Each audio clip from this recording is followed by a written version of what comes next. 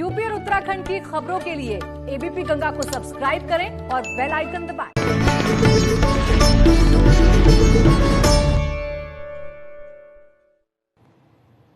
नमस्कार, स्वागत है आप सभी का। आप देख रहे हैं उत्तराखंड प्राइम, आपके साथ मैं हूं राजीव ढोंडियाल। शुरुआत करते हैं बुलेटिन की।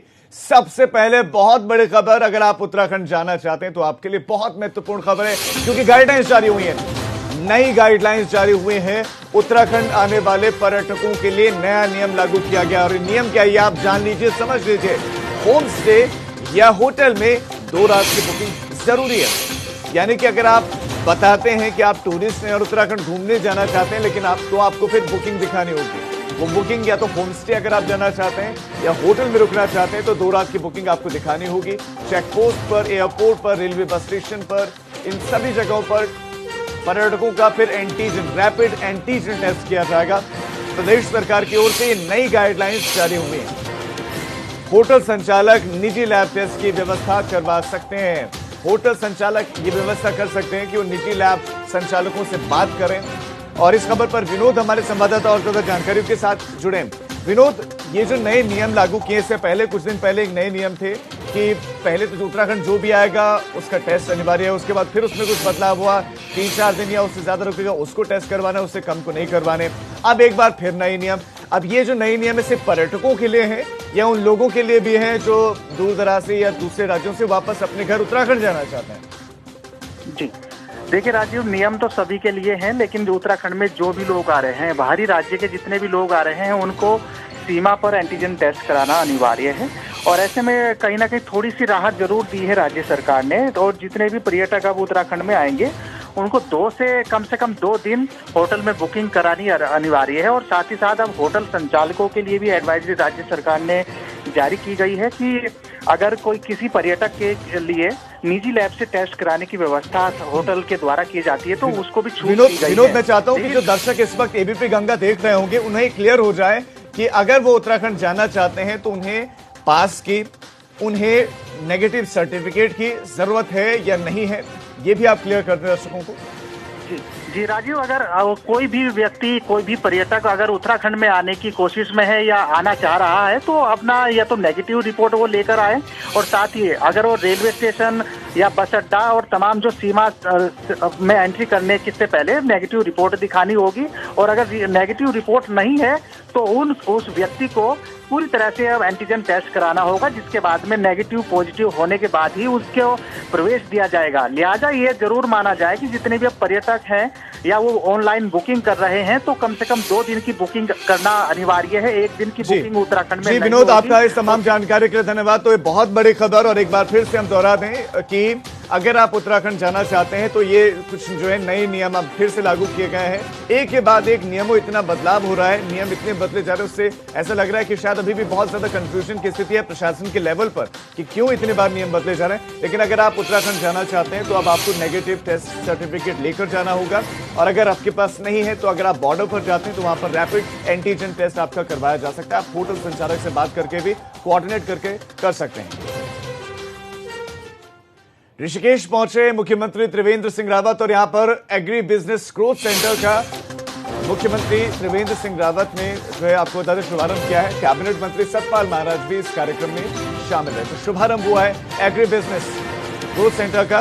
प्रमोद हमारे संवाददाता इस पर और ज्यादा जानकारी देंगे। प्रमोद, शुभारंभ हो गया है एग्री बिजनेस ग्रोथ सेंटर का, इसके बारे में दर्शकों को बताएं कि इस सेंटर से लोगों को क्या फायदा मिलेगा। जी देखिए, एग्री बिजनेस ग्रोथ सेंटर का शुभारंभ हो गया और ये एग्री बिजनेस ग्रोथ सेंटर से किसानों को निश्चित रूप से फायदा मिलेगा, क्योंकि जो पहाड़ी इलाकों में किसान रहते थे उनके सामने सबसे बड़ा संकट ये रहता था कि वो अपनी फसल को मंडी तक कैसे पहुंचाए, क्योंकि आने जाने का भाड़ा उसमें ज्यादा लग जाता था और उनको उचित मूल्य नहीं मिल पाता था। लेकिन जब ये गाँव के 30 स्थानों ये एग्री बिजनेस ग्रोथ सेंटर खुला है तो यहाँ पर उनके अनाज की जो वो होगी उसके बाद उसको पैकिंग किया जाएगा, आकर्षित पैकिंग, उसके बाद ये जलागम ही मार्केट उपलब्ध कराता है और फिर उनको उचित दाम मिलते हैं। और सबसे बड़ी खास बात यह कि किसानों को इस जलागम परियोजना में शामिल किया गया है, उन्हें भी इसमें मेंबर बनाया गया है, उन्हें पता होता है कि हमारा सामान कितने में गया है, तो उसकी क्वालिटी। प्रमोद, आपका इस तमाम जानकारी के लिए धन्यवाद। तो शुरुआत हुई है एग्री बिजनेस ग्रोथ सेंटर की और इस तरह के सेंटर्स की आवश्यकता है, खासतौर पर जो दूरस्थ क्षेत्र है वहां पर, क्योंकि वहां पर जिस तरह के प्रोडक्ट बनते हैं या अनाज या जो भी उगता है उसको एक मंडी, एक बाजार नहीं मिल पाता है। तो ऐसे में इस तरह के सेंटर्स उन जगहों पर भी होने चाहिए। कोरोना टेस्ट को लेकर निजी लैब में फर्जीवाड़े की शिकायतें आ रही हैं, जिसके बाद से अब मुख्य सचिव ने अधिकारियों को जांच के निर्देश दिए। बताया जा रहा है कि जिस शख्स की निजी लैब में रिपोर्ट पॉजिटिव आ रही है वही अगर सरकारी अस्पताल में जा रहा है और जांच करवा रहा है तो उसकी रिपोर्ट नेगेटिव मिल रही है। कल सचिवालय में मुख्य सचिव ओम प्रकाश ने वीडियो कॉन्फ्रेंसिंग के जरिए जिलाधिकारी और स्वास्थ्य विभाग के अधिकारियों के साथ बैठक की थी। इस दौरान भी उन्होंने इस बात को अधिकारियों के सामने रखा था कि आखिर निजी लैब क्या फर्जीवाड़ा कर रहे हैं उत्तराखंड में, और फर्जीवाड़ा कर रहे हैं तो उस फर्जीवाड़े को रोकेगा कौन। अब चूंकि आला अधिकारियों तक इस बात ये पूरा का पूरा मामला पहुंच गया है, तो ऐसे लैब संचालकों पर, ऐसे लैब्स पर क्या कार्रवाई होगी, और कार्रवाई होगी तो कब तक और किस तरह की। नेता प्रतिपक्ष इंदिरा हृदयेश को कोरोना होने के चलते हल्द्वानी से देहरादून लाया गया, लेकिन यहां पर 4.5 घंटे तक उन्हें अस्पताल में बेड नहीं मिला, कमरा नहीं मिला। देहरादून के निजी अस्पताल के जनरल वार्ड में शिफ्ट करते ही उन्हें 45,000 रुपए का बिल पकड़ा दिया गया, जिसके बाद उन्हें दूसरे निजी अस्पताल में शिफ्ट कर दिया गया। अब खबर यह है कि इंदिरा हृदयेश को दिल्ली शिफ्ट किया जा सकता है। नेता प्रतिपक्ष इंदिरा हृदयेश को यह सब झेलना पड़ा। आप अंदाजा लगा सकते हैं कि आम नागरिकों को क्या कुछ झेलना पड़ सकता है। पहले सुशीला तिवारी अस्पताल में थी हल्द्वानी में, तो वहां पर अव्यवस्थाओं का अंबार था। अव्यवस्थाओं के चलते उन्होंने ये मन बनाया कि वो देहरादून में एक निजी अस्पताल में भर्ती होंगी। देहरादून पहुंचे तो 4 घंटे तक नेता प्रतिपक्ष को, इतनी बड़ी लीडर को कमरा नहीं मिला, और उसके बाद दूसरे अस्पताल में शिफ्ट करना पड़ा। और जनरल वार्ड में जब तक थी उसने में 45,000 रुपए का बिल थमा दिया गया। तो निजी अस्पतालों की मनमानी का अंदाजा आप इससे लगा सकते हैं कि नेता प्रतिपक्ष भी इससे अछूती नहीं है, वो भी इससे बच नहीं पाए, उनसे भी वसूली करने से नहीं बचे। तो ऐसे में आम जनता का तो खून चूस लेते होंगे। इससे आप अंदाजा लगा सकते हैं कि आम जनता के लिए कितना मुश्किल हो गया इस हेल्थ सिस्टम में सर्वाइव करना।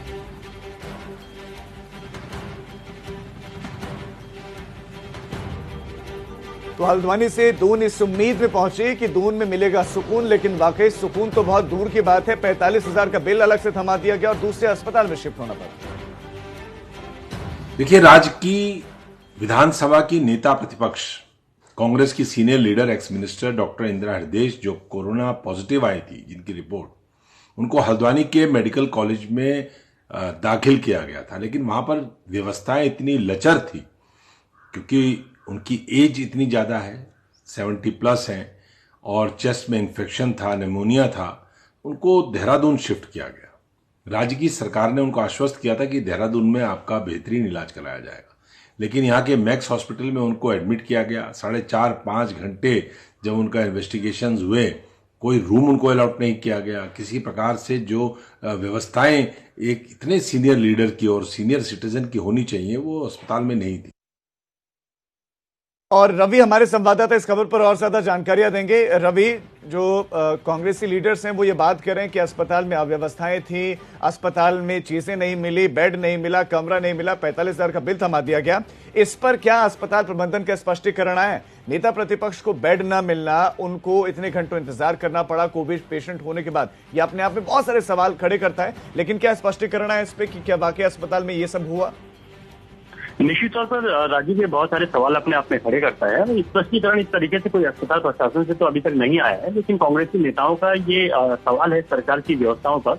और शायद यही वजह हो सकती है कि जिस प्राइवेट अस्पताल में कल रात को जो है उनको लाया गया था, उनको रात को ही दूसरे अस्पताल में शिफ्ट करना पड़ा, दूसरे प्राइवेट हॉस्पिटल में। और अभी तक जो अपडेट हमारे पास है वो ये है कि उनको कुछ देर बाद जो है दिल्ली के लिए भी यहाँ से रवाना किया जा सकता है।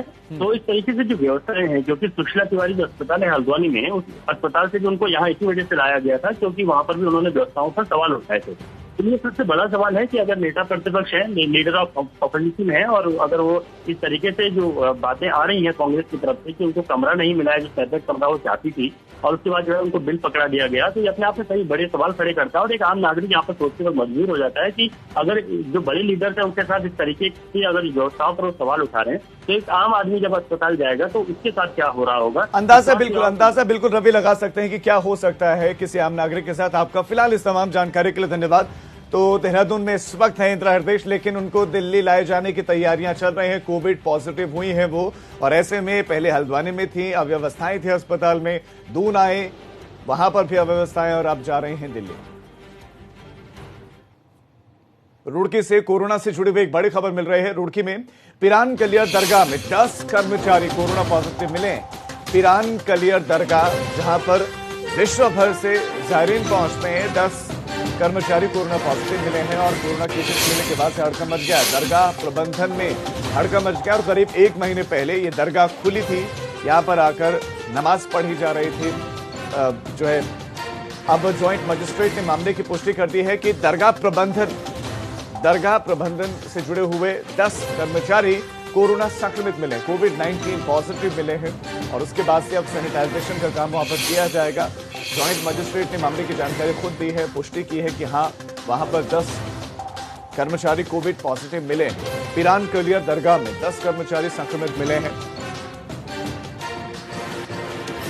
और विनीत हमारे संवाददाता इस खबर पर और ज्यादा जानकारियां देंगे। विनीत, पिरान कलियर दरगाह, जहां पर यूं तो हजारों लोग पहुंचते थे, लेकिन चूंकि कोविड काल चल रहा था, ऐसे में कम ही जा रहे थे, 10 लोग पॉजिटिव मिले हैं। ये जो क्या सभी को आइसोलेट किया गया है? और हाल फिलहाल में जितने भी लोग आए, चाहे वो नमाज पढ़ने के लिए आए या दूसरे कार्यों के लिए आए, क्या सबको हिदायत दी गई है कि वो अपने यहाँ तो टेस्ट करवाएं या आइसोलेट कर लें खुद को? जी बिल्कुल, देखिए राजीव, जिस तरह से हरिद्वार जिले में कोरोना की संख्या जो है दिन पर दिन बढ़ती जा रही है, आए दिन मामले आ रहे हैं, लेकिन उसी तरह जो पिरान कलियर दरगाह है, जहां पर विश्व प्रसिद्ध दरगाह है और हजारों की संख्या में जायरीन पहुंचते थे, लेकिन पिछले लगभग 7 अगस्त से दरगाह खोली गई थी, लेकिन जिस तरह से अब 10 कर्मचारी पॉजिटिव आए हैं, तो पूरी तरह से दरगाह जो प्रशासन है उसमें से हड़कंप मचा हुआ है। हालांकि जो 10 कर्मचारी अभी पॉजिटिव मिले हैं उनको होम आइसोलेशन कर दिया गया है और प्रशासन और जो स्वास्थ्य विभाग की टीम है वो नजर बनाए हुए हैं। तो पूरी तरह से अब जो कोरोना संक्रमित है वो लगातार बढ़ता जा रहा है। जी ठीक है विनीत, आपका इस तमाम जानकारी के लिए धन्यवाद। बागेश्वर में कोरोना संक्रमण बढ़ने से स्वास्थ्य विभाग और जिला प्रशासन की चिंताएं बढ़ गई हैं। स्वास्थ्य विभाग अलर्ट मोड में शहर के सभी 11 वार्डों में कोरोना सैंपलिंग टेस्टिंग का अभियान चलाएगा। स्वास्थ्य विभाग ने नगर पालिका, स्थानीय पुलिस प्रशासन से सहयोग की मांग की है और स्थानीय जनता से अपील की है कि अपनी कोरोना की जांच के लिए सामने आकर टेस्टिंग करवाएं और अपने परिवार को सुरक्षित रखें।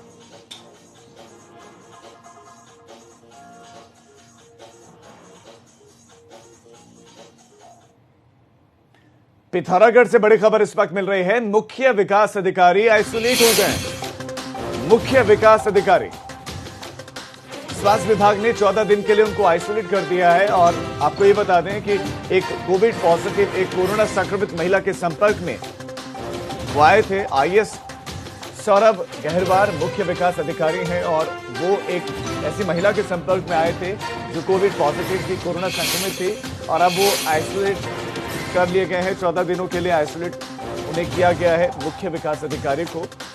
और सौरभ गहरवार जो कि मुख्य विकास अधिकारी हैं, इस वक्त ये बड़ी खबर आपको पिथौरागढ़ से हम दे रहे हैं। वो कोविड पॉजिटिव महिला के संपर्क में आए और इसलिए 14 दिन के लिए आइसोलेशन में उनको रखा गया। योगेश हमारे संवाददाता इस खबर पर और ज्यादा अपडेट्स और जानकारी देंगे। योगेश, मुख्य विकास अधिकारी बताया जा रहा है कि आइसोलेट हो गए और उनके संपर्क में जितने भी लोग हैं, क्या सभी को आइसोलेशन में या आइसोलेट करने के निर्देश दिए गए हैं? हाँ राजीव जी, मैं बताना चाहूँगा, जो मुख्य विकास अधिकारी हैं सौरभ गहरवाल, ये डॉक्टर हैं, रेडियोलॉजिस्ट हैं, तो ये अपनी सेवाएं महिला चिकित्सालय में रेडियोलॉजिस्ट ना होने की वजह से वहाँ पे अल्ट्रासाउंड करते हैं जो प्रसव के लिए महिला आती है। और कल भी इनने एक गर्भवती महिला का अल्ट्रासाउंड करा था जो कोरोना पॉजिटिव निकली थी। उसके बाद एहतियातन के तौर पर स्वास्थ्य विभाग ने इनको होम आइसोलेट कर दिया 14 दिन के लिए और इनके संपर्क में। ठीक है योगेश, आप हमारे साथ बने रहे, मैं आपके पास फिर से लौट रहा हूँ। तो मुख्य विकास अधिकारी तो होम आइसोलेशन में है, साथ ही जितने और लोग उनके कांटेक्ट में आए हैं उनको भी कहा गया है कि आप आइसोलेट कर लें। पिथौरागढ़ में ग्राम प्रधान की हत्या से हड़कंप मच गया। गांव के ही युवक ने ग्राम प्रधान की हत्या कर दी है। पिथौरागढ़ से इस वक्त की बड़ी खबर, ग्राम प्रधान की हत्या कर दी गई है और गांव के ही युवक ने मर्डर किया है। ग्राम प्रधान की हत्या के बाद से आरोपी फरार बताया जा रहा है। हमारे संवाददाता योगेश हमारे साथ बने हुए। योगेश, हत्यारा कौन था, किस इरादे से उसने हत्या की है, क्या कुछ जानकारियां मिली है और गिरफ्तारी के लिए क्या कर रही है पुलिस? राजीव जी, मैं आपको बताना चाहूँगा, ये थल तहसील है, यहाँ का एक ग्राम है बांगड़ी मादी खेत। बीती रात यहाँ पे 9:30-10 बजे के करीब आपसी विवाद में दोनों रिश्तेदार बताए जा रहे हैं। जो ग्राम प्रधान है 52 वर्षीय, उसको उसी के एक रिश्तेदार ने किसी दूसरे की लाइसेंसी बंदूक को उसके घर से चुराकर ग्राम प्रधान को मौत की गोली मार दी और मौके पे ही ग्राम प्रधान की मौत हो चुकी है। और सवेरे इसकी घटना की सूचना मिली, क्योंकि ये पैदल काफी है यहाँ पे, तो यहाँ मौके पर उप जिलाधिकारी बेरीनाथ, राजस्व टीम और पुलिस विभाग की टीम पहुंची है। और बताया जा रहा है आरोपी फरार है, परंतु अभी भी सूचना नहीं मिली कि वो जंगल के ही एक मंदिर में छिपा है और बंदूक उसी के पास है। उसको किसी तरीके से अपने कब्जे में लेने के लिए वहाँ पे राजस्व विभाग और पुलिस प्रयास कर रही है। ठीक है योगेश, आपका इस तमाम जानकारी के लिए धन्यवाद। तो बड़ी खबर आपको देते हैं, जानकारी मिल रही है कि आरोपी फरार जरूर है, लेकिन गाँव के ही जंगल में एक जगह पर बताया जा रहा है कि वो है और वहां पर उसके पास चूंकि बंदूक भी है, तो ऐसे में टीम उसको पकड़ने की कोशिशें कर रही है। रुद्रप्रयाग से अब बड़ी खबर, सर्च टीम को 4 नरकंकाल मिले हैं। 10 टीमों को भेजा गया था ढूंढने के लिए अलग अलग जगहों पर और 4 नरकंकाल मिले हैं। 9 टीमें शनिवार को वापस लौट आई थी क्योंकि कुछ मिला नहीं था। आज एक टीम वापस लौटेगी। 2013 की आपदा में जिन लोगों की जान गई थी उन लोगों के कंकालों को ढूंढने के लिए ये 10 टीमें गठित की गई थी, जिसमें एसडीआरएफ के सदस्य, जिसमें स्थानीय लोग, जिसमें पुलिस के सदस्य हैं। और बताया जा रहा है कि 2016 में केदारनाथ अभियान के दौरान त्रियोगी नारायण केदारनाथ ट्रैक पर ट्रैकिंग दल को 50 से ज्यादा कंकाल मिले थे। इसके बाद से बीते 4 साल में हर साल सर्च अभियान चलाया जाता है। एक बार फिर से अभियान चला गया और 4 नरकंकाल मिले हैं। अब कि डीएनए जांच की जाएगी।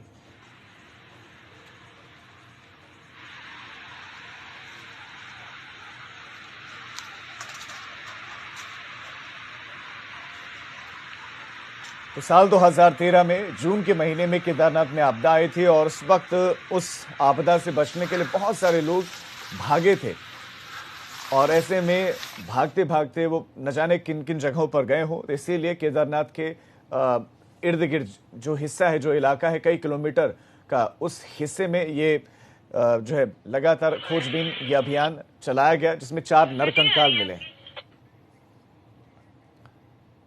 रुड़की से बड़ी खबर मिल रही, हवालात से फरार हुआ है आरोपी, वो गिरफ्तार कर लिया गया। जो हवालात से फरार हुआ था वो गिरफ्तार हो गया। सिविल लाइन कोतवाली की हवालात से आरोपी भागा था। आरोपी का नाम रोहित और छोटू बताया जा रहा है। रोहित और छोटू गिरफ्तार कर लिया गया है, यानी कि कामयाबी मिल गई। हालांकि सवाल बहुत सारे हैं कि आखिर कैसे हवालात से एक आरोपी भाग जाता है, क्या सलाखें इतनी कमजोर हैं, क्या इतनी भी निगहबानी नहीं है कि आरोपी को देख सकें। वहां से फरार हुआ था लेकिन पकड़ा गया है। वो आरोपी रोहित और छोटू पकड़ लिया गया। कर्णप्रयाग में बद्रीनाथ नेशनल हाईवे बाधित है और लंगासू के पास में सड़क पर बोल्डर गिरा था। हालांकि इस बीच में हल्के वाहनों के लिए मार्ग खोल दिया गया, क्योंकि national highway authority of India की NHAI की टीम, उनकी मशीनें लगातार इस बोल्डर को काटने की और मार्ग खोलने की कोशिशें कर रही है। और इस बीच में इतना मार्ग जरूर खुल गया है कि छोटे वाहन आ जा सकते हैं, लेकिन बस, ट्रक और बड़े जो हैवी वाहन हैं वो अभी भी आ जा नहीं पा रहे हैं, उनके लिए मार्ग बंद है।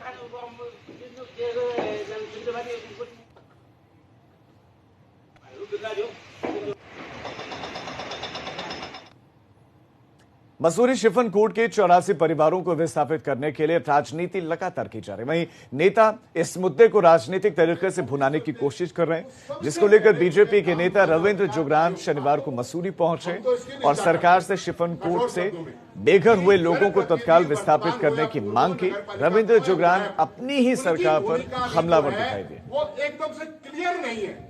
हम ये नहीं बोल रहे कि उनकी भूमिका आपके विरुद्ध नहीं है, हेलीकॉप्टर भी सबके पास है, ठीक हो गया। कल ये कह रहे हैं कि बहुत अच्छी बात है 450 करोड़ का जो हाईवे, ये रोपवे का जो प्रोजेक्ट है ये आ रहा है, बहुत अच्छी बात है, इसका काम शुरू होना चाहिए।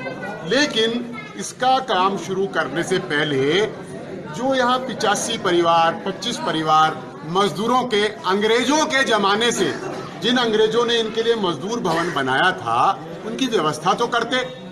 अरे तुम तो बंदूक की नोक पे बलपूर्वक, यानी कि आप कनपट्टी पे बंदूक लगा के यहां तोड़फोड़ करके उनके आवास खाली करा रहे हो। सीधे राज्यसभा की कार्यवाही में आपको लिए चलते हैं। कृषि बिल को लेकर हंगामा चल रहा है राज्यसभा में। तो राज्यसभा में कृषि बिल, आपको बता दें कि कृषि बिल को आज रखा गया है और सरकार का मकसद लक्ष्य यही है कि इसको पास करवाया जाए। इस बीच में हंगामा चल रहा है और हंगामा विपक्षी पार्टियां कर रहे हैं जो इस बिल के विरोध में है। कृषि विधेयक पर अब तक कई बयान भी सामने आ गए हैं और इससे पहले संजय सिंह ने बयान दिया, कहा कि किसानों की आत्मा को सरकार बेच रही है और ये तक कहा जा रहा है कि इससे एमएसपी पर असर पड़ेगा, जबकि सरकार का कहना है कि न तो एमएसपी पर इसका किसी तरह का कोई असर पड़ेगा, न ही किसानों की जमीन अधिग्रहित की जाएगी, न तो किसानों की जमीन से कोई लेन देना, बल्कि किसानों को उल्टा इसमें बहुत सारे अधिकार दिए जा रहे हैं। कृषि बिल में आधुनिक हो जाएगा और डायरेक्ट वो एक बायर के साथ कांटेक्ट में आ सकता है, यानी कि जितने भी मिडिल मैन है, जितने भी बीच के लोग हैं और इतना पैसा खर्च होता है, किसान को बहुत कम मिल पाता है, वो इससे कहीं ना कहीं कम होगा। लेकिन इस बीच आपको बता दें कि कृषि बिल को लेकर राज्यसभा में हंगामा चल रहा है और उपसभापति से इससे पहले कुछ देर पहले बिल छीनने की कोशिश भी की गई। मॉनसून सत्र का 7वां दिन और कृषि संबंधित विधेयकों को राज्यसभा में रखा गया। पहले ऑर्डिनेंस इसको लाया गया था, उसके बाद अब इसको बिल का स्वरूप कानून बनाने के लिए इसको राज्यसभा से पास करवाया जाना जरूरी है। लोकसभा से पहले ही पास हो चुका है क्योंकि लोकसभा में बहुमत है बीजेपी के पास। लेकिन आप इन तस्वीरों को देखिए, इस वक्त राज्यसभा की कार्यवाही की तस्वीरें आप देख रहे हैं। हंगामा चल रहा है राज्यसभा में, चूंकि बहुमत नहीं है, हालांकि सबसे बड़ी पार्टी जरूर है बीजेपी 86 अपने सदस्यों के साथ, लेकिन 122 का जो बहुमत का आंकड़ा है वो नहीं है। ऐसे में दूसरी जो पार्टीज हैं, चाहे वो AIADMK हो या दूसरी पार्टीज हो, उन पार्टीज का समर्थन बीजेपी को चाहिए। ऐसे में हालांकि बताया जा रहा है कि फ्लोर मैनेजमेंट किया जरूर गया है, लेकिन हंगामा चल रहा है। तस्वीरें इस वक्त आप देख रहे हैं। एक बहुत छोटा सा ब्रेक, हम फौरन लौट रहे हैं। आप देखते रहिए उत्तराखंड प्राइम।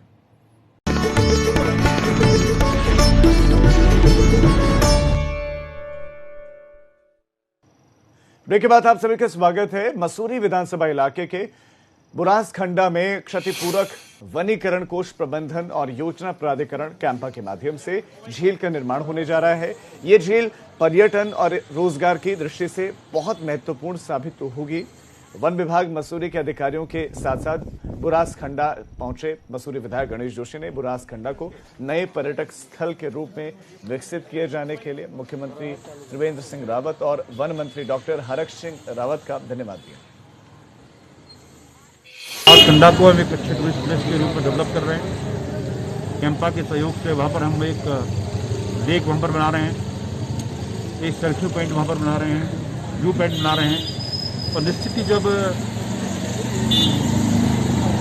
1 महीने के बाद हम उसकी शुभारंभ करने जा रहे हैं और 4-6 महीने के बाद जब निकलेगा तो एक अच्छा डेस्टिनेशन वहाँ पर बन जाएगा, जिससे मसूरी को भी लाभ मिलेगा और वहाँ के स्थानीयों को भी लाभ मिलेगा।